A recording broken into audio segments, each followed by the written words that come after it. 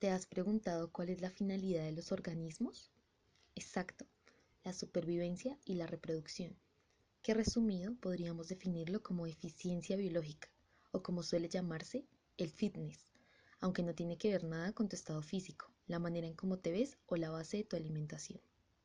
Parece fácil, ¿no? Pero en realidad no lo es, debido a que actúan diversas presiones sobre las especies obstaculizando estos dos mecanismos. Pero espera, ¿tienes claro el significado de especie antes de comenzar? Si no, aquí va.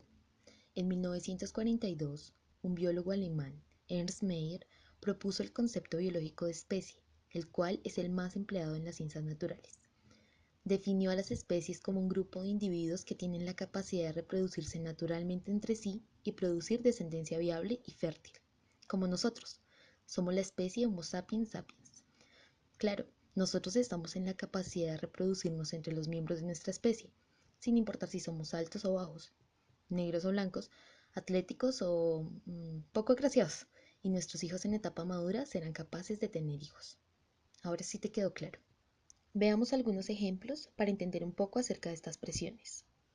Imaginemos una población de escarabajos que presentan dos fenotipos, es decir, características físicas, uno marrón y otro verde. Ambos fenotipos existen en un determinado ambiente. No, ahí no pueden vivir. En ese sí. En dicho ambiente existe un ave a la cual se le facilita cazar escarabajos de color marrón, debido a que su color sobresale en el ambiente. Los escarabajos verdes tendrán una probabilidad ligeramente mayor de sobrevivir y por ende tener descendencia y pasar los genes que le dan el color verde a sus descendientes.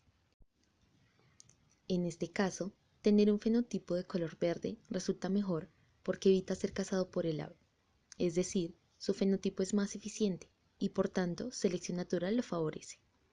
Ay, esperen un momento, ¿selección natural?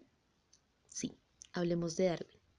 Darwin propuso este término en biología como una fuerza evolutiva que explica por qué ciertos organismos tienen una mayor probabilidad de sobrevivir en un ambiente que otros, y es porque se encuentran mejor adaptados a ellos.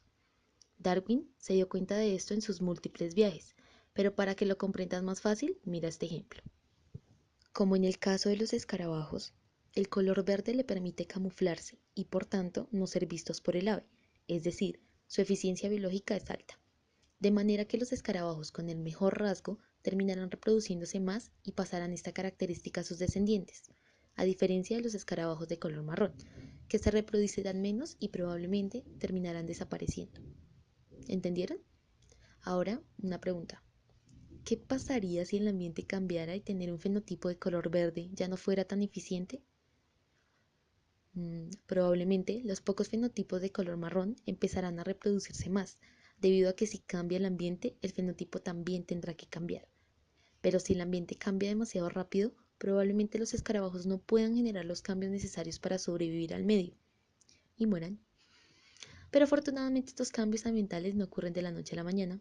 Suerte para ti, amiguito. ¿Ahora entiendes por qué no era tan fácil? Supongamos que no hay depredadores y que el ambiente se mantendrá constante. ¿Qué otro factor podría influir sobre los organismos para que estos no se reproduzcan ni sobrevivan? ¿Ya lo pensaste? ¿Qué tal la alimentación? Sí, la alimentación es un factor clave de gran importancia para que los organismos puedan obtener energía que les permita crecer y reproducirse. Ahora bien, supongamos que existe un árbol cuyos frutos son el alimento de un grupo de aves. Estas aves, además de alimentarse del árbol, realizaron sus nidos allí. Todo iba perfecto hasta que, mira, otro grupo de aves se instaló en ese árbol y no solo va a vivir allí, sino que además debe alimentarse de lo que ofrece el árbol. Pregunta, ¿qué puede hacer el primer grupo de aves? Tiene 5 segundos.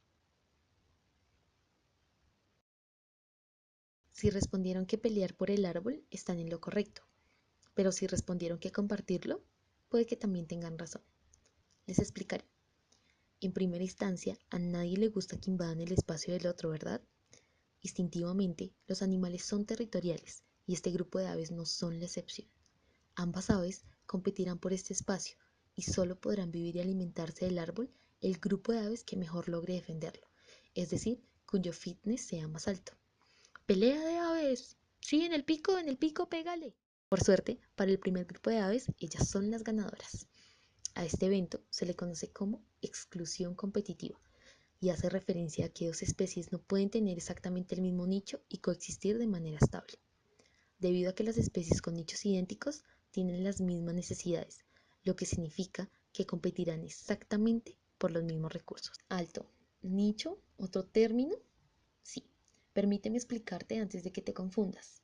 Nicho es un concepto bastante amplio, pero resumido hace referencia al papel que representa un individuo en el ecosistema, sobre el cual influyen factores bióticos, como la reproducción y la supervivencia, y factores abióticos como el agua, la luz y el espacio en el que se desarrolla. ¿Ves que no es tan difícil? Ahora, ¿en qué íbamos? Así, no es posible que todas las aves vivan en el mismo nicho. Entonces, ¿por qué antes dije que compartir el árbol era correcto?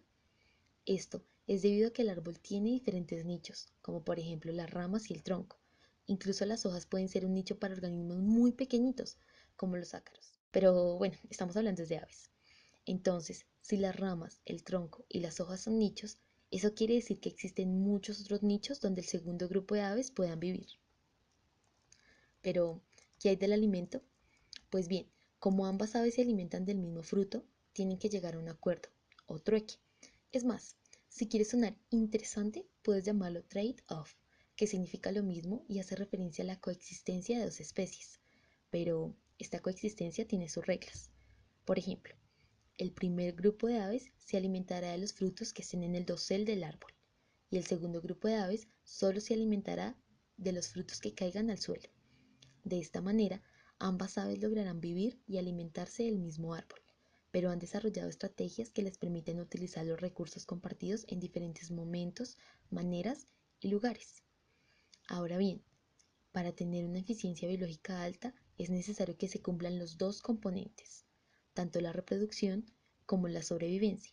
Los individuos cuyos atributos les permitan lograr mayores tasas de reproducción y dejar más descendencia serán aquellos cuya eficiencia biológica o fitness sea más alto.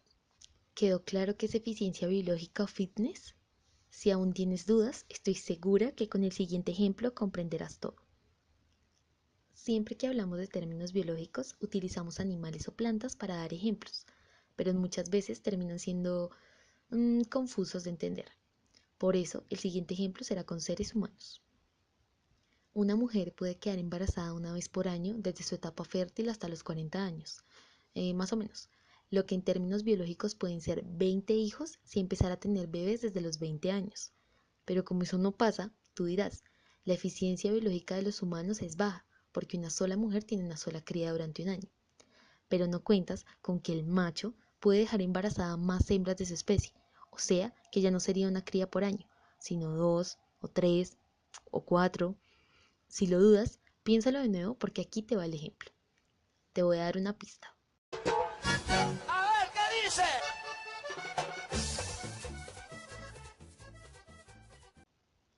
Basado en la tasa de reproducción, podemos decir que el mejor representante de eficiencia biológica en los seres humanos es, sí, Diomedes Díaz. ¿Sigues sin entender por qué?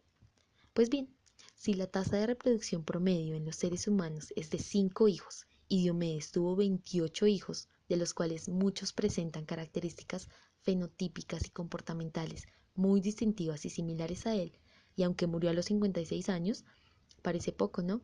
En realidad es mucho, teniendo en cuenta todas las circunstancias a las que un organismo es susceptible, como enfermedades, parásitos, accidentes, depredadores, el karma. Pero a pesar de que murió, dejó más que asegurada su descendencia. Todo lo anterior nos muestra que la eficiencia biológica, en este caso de Diomedes Díaz, es alta y por eso selección natural lo favoreció. ¿Entendido? Y si no, repite el video, dale replay. Por favor, quiero ver manitos arriba, muchos likes.